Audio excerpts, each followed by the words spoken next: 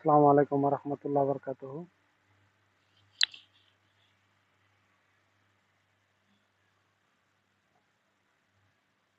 আলোর মধ্যে মাছ, প্রচুর পরিমাণ মাছ।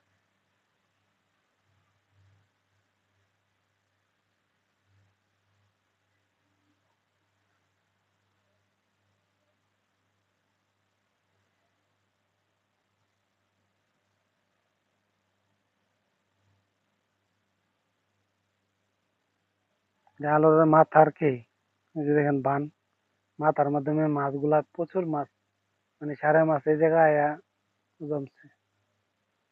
অনেক সুন্দর ফুট করতেছে মাছে, দেখতে পারতেছেন। আসলে মাছ জিনিসটা বাংলাদেশে ধরনের বিলুপ্তর পথে। বাংলাদেশে চাষবাস করে না মানুষ, বিলুপ্তর পথে।